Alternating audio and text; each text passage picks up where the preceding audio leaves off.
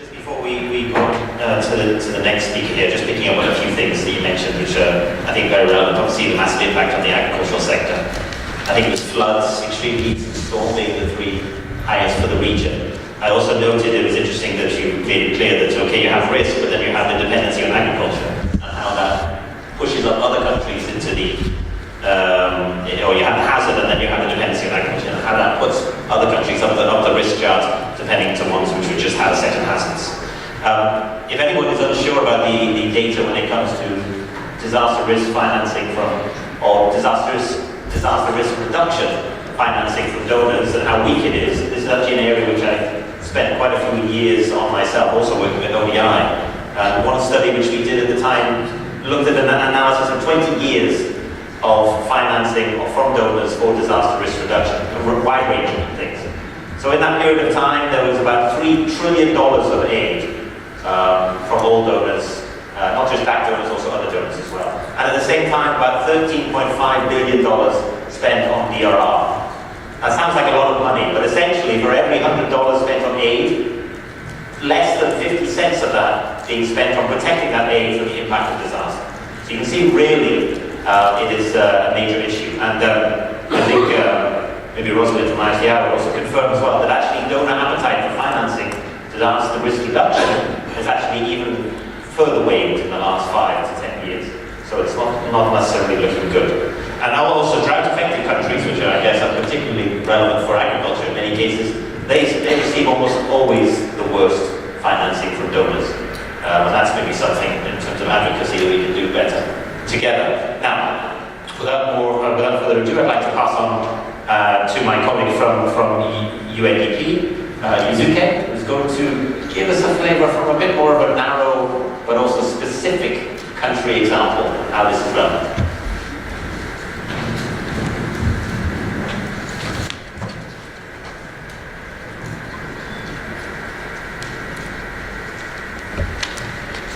Good afternoon. My name is Yusuke Taishi. I come from the Climate Change Adaptation Team in UNDP. I'm based in Bangkok, providing support to countries in the Asia-Pacific region. And up until now, we've heard from experts, insurance or financing experts about how disaster risk reduction instruments can be put in place, how they are effective. But today I'd like to talk about UNDP's experience in actually putting in place parametric crop insurance in the Philippines and share with you lessons we learned in the process of implementation. We've encountered some of the challenges that were expected, that were mentioned in the earlier sessions, but some other challenges that were rather unexpected. So by sharing our experience, I hope you can take that as fruitful thought at least. And as you start to thinking about introducing parametric crop insurance in particular, I hope you can apply the lessons in your own country context.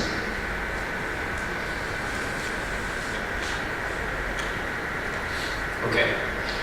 So I guess you're already familiar with all these benefits of parametric crop insurance, and in my presentation I would like to actually show you whether these benefits that are claimed to be there with parametric crop insurance are in fact there for countries. And but just to give you a recap, parametric or index-based crop insurance has advantages in terms of no moral hazards and no adverse selection, and payouts are faster. And for payouts, it does not require ground truthing or verification of actual damages, which lead to lower transaction costs. So in theory, that would lead to lower premium, so more affordable insurance for the poor farmers. And because it's more affordable, greater outreach and improved protection for valuable farmers. And is it really true? That's the main focus of my presentation. So in the Philippines, we implemented a project over 3 years. It's a rather small project which covered only 2,500 farmers. And the Philippines is pilot testing, rolling out parametric crop insurance in the country. So they are still at the pilot stage. And the purpose of the project is really to see whether this can be scaled up at the commercial scale. And the products, we provided excess rainfall cover and low and excess cover. And the premiums were set at $30 per hectare for excess rainfall and $26 per hectare for low and excess. But I should mention, I'm going to come back to this point, but actually the government decided to provide 100% subsidy on the basis of the fact that this is not commercialized yet. So it was actually distributed for free, which had a number of negative repercussions, which I'm going to talk about in a while. And the amount to cover was $370. If full payouts are made, farmers would get $370. And over the course of the lifetime of the project, less than 10% of farmers received payouts. So 178 farmers received payouts out of 2,500. This is largely because of good weather during those 3 years, but also it's fortunate that farmers didn't have to receive payouts, but it was unfortunate in a sense that we were not able to see the effectiveness of the products. Okay, so this is the region. We worked in the island of Mindanao, and the red circles represent weather station that has historic weather data over 30 years. So Philippine Crop Insurance Corporation, PCIC, was the one that was underwriting the insurance product, and they were able to produce a product only within the red circles where 30 years of historic rainfall data exist. And then within those red circles, you see yellow circles.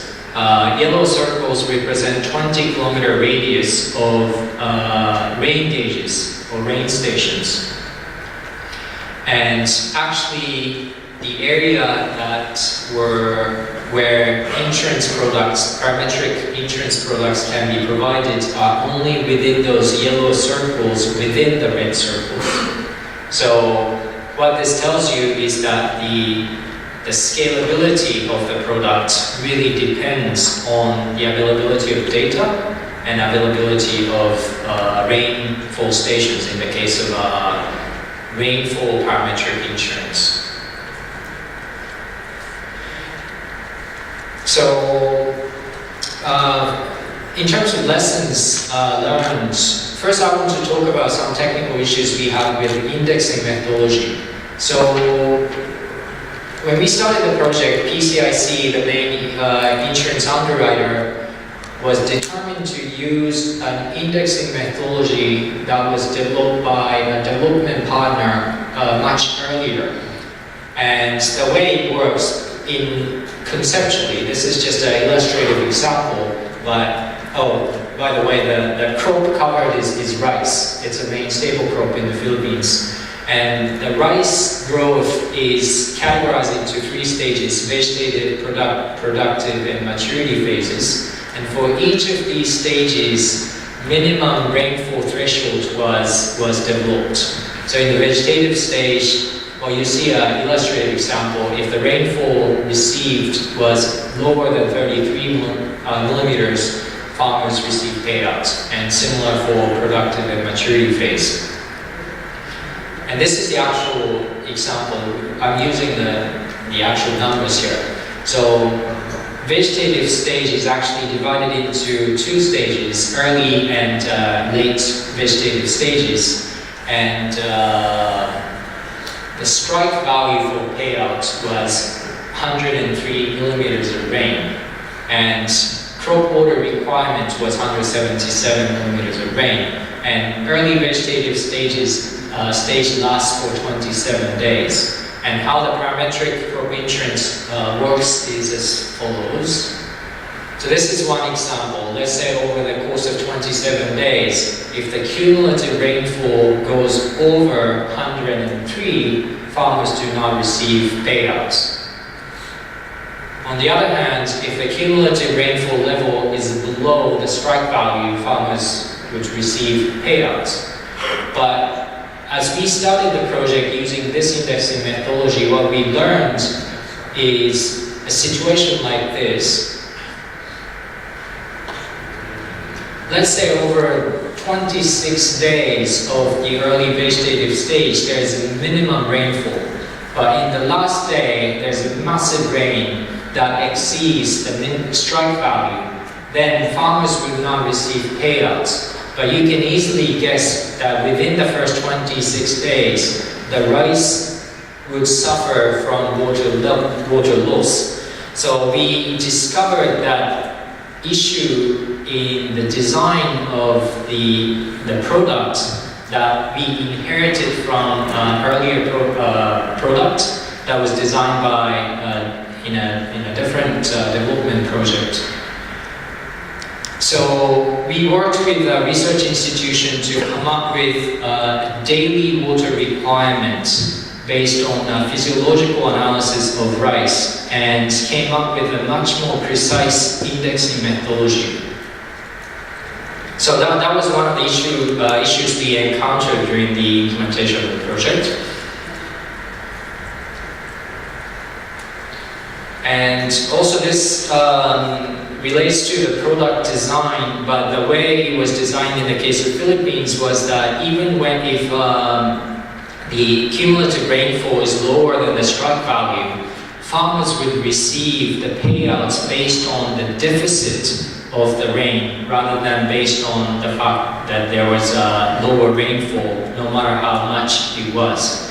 So the way payouts were calculated was that farmers may not receive full payouts.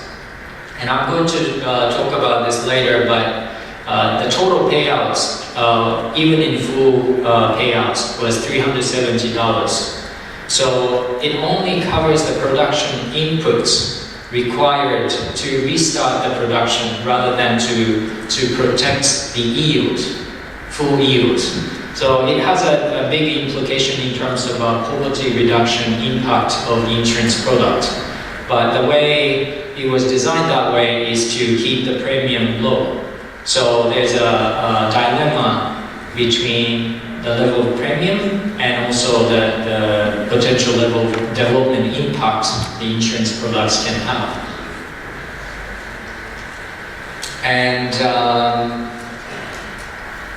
another challenge that we encountered during the implementation is that the accuracy of indices need to be empirically verified very carefully.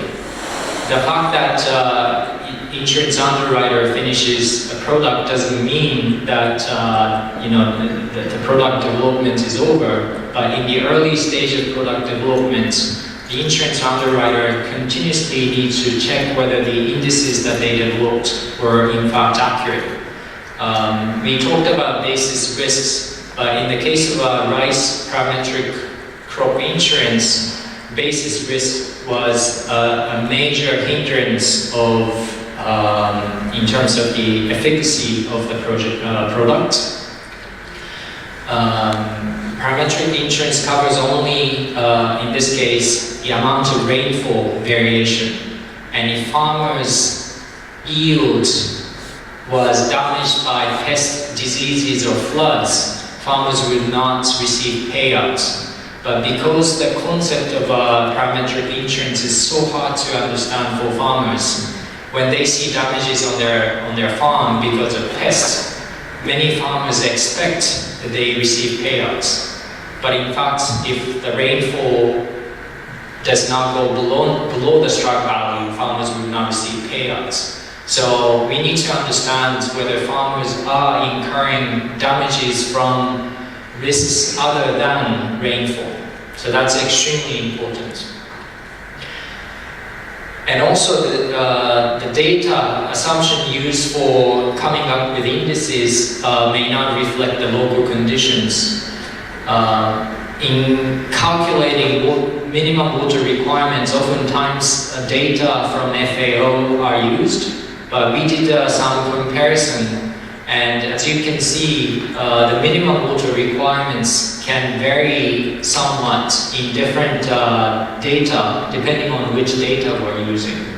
So even after indices are set, it's really important to really check whether the insurance product is working and the payouts correlate well with the actual damages on the ground. And the reason why we need to do this is that, as I said, if farmers do not receive payouts when they expect payouts, the trust in insurance can erode right away, especially in the early phase of insurance development. Many farmers are now familiar with the concept of insurance, in particular parametric insurance concept. So when there are discrepancies in their expectations and actual payouts, farmers can lose interest in insurance altogether. And now going a little bit more around the issues of infrastructure enabling environment.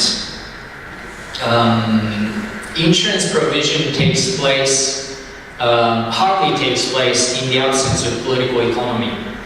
And when we look at parametric crop insurance, many crops that are covered are staple food crops. And if staple food crops are under question, it has huge bearing on national food security.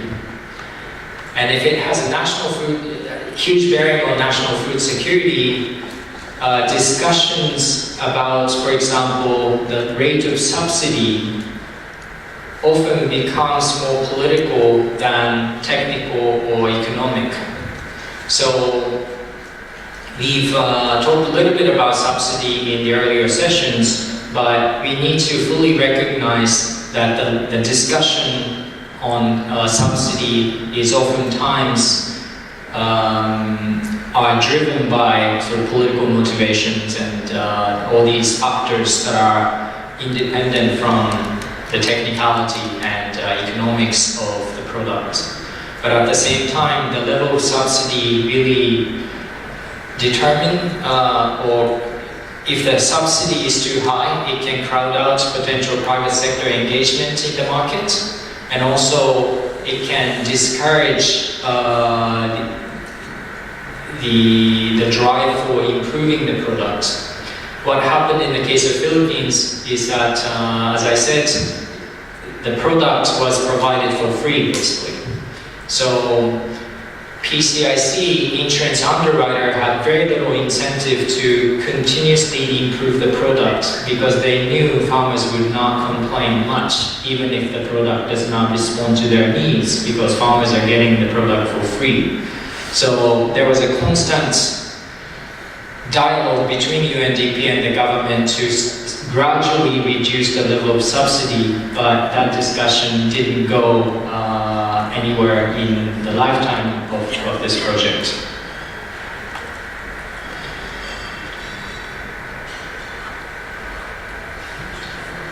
Now, the second lesson that I learned personally is that parametric insurance, in the context of provision in developing countries, certainly has some weaknesses, and we need to be fully cognizant of those weaknesses in parametric insurance.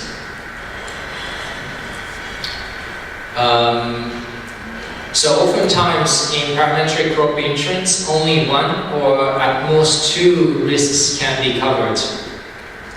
In this case, only rainfall, low and excess rainfall.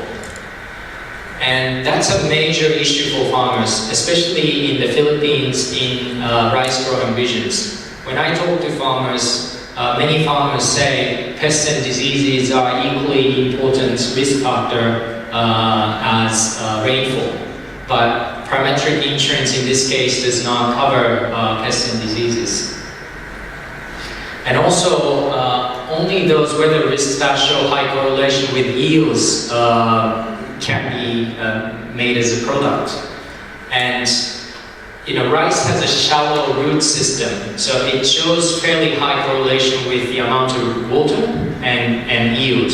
But when you are dealing with perennial crops or perennial trees that have deep root system, the rainfall oftentimes is not a good indicator or good proxy of yields. So there may be other parameters like wind, temperature. We've tested some other parameters, but they did not show as strong correlation as it did for rainfall in the case of rice. So there's a challenge there as well. And we didn't talk too much about conventional insurance, indemnity-based insurance.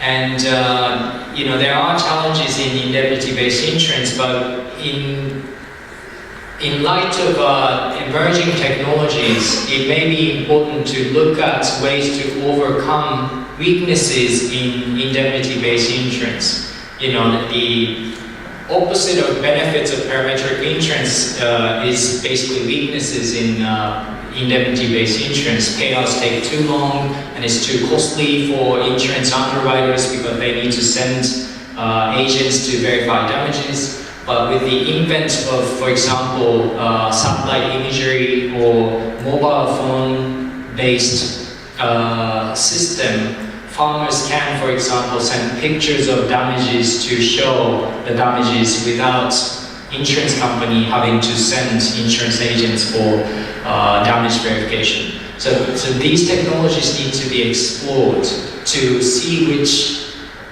type of insurance products is more cost effective.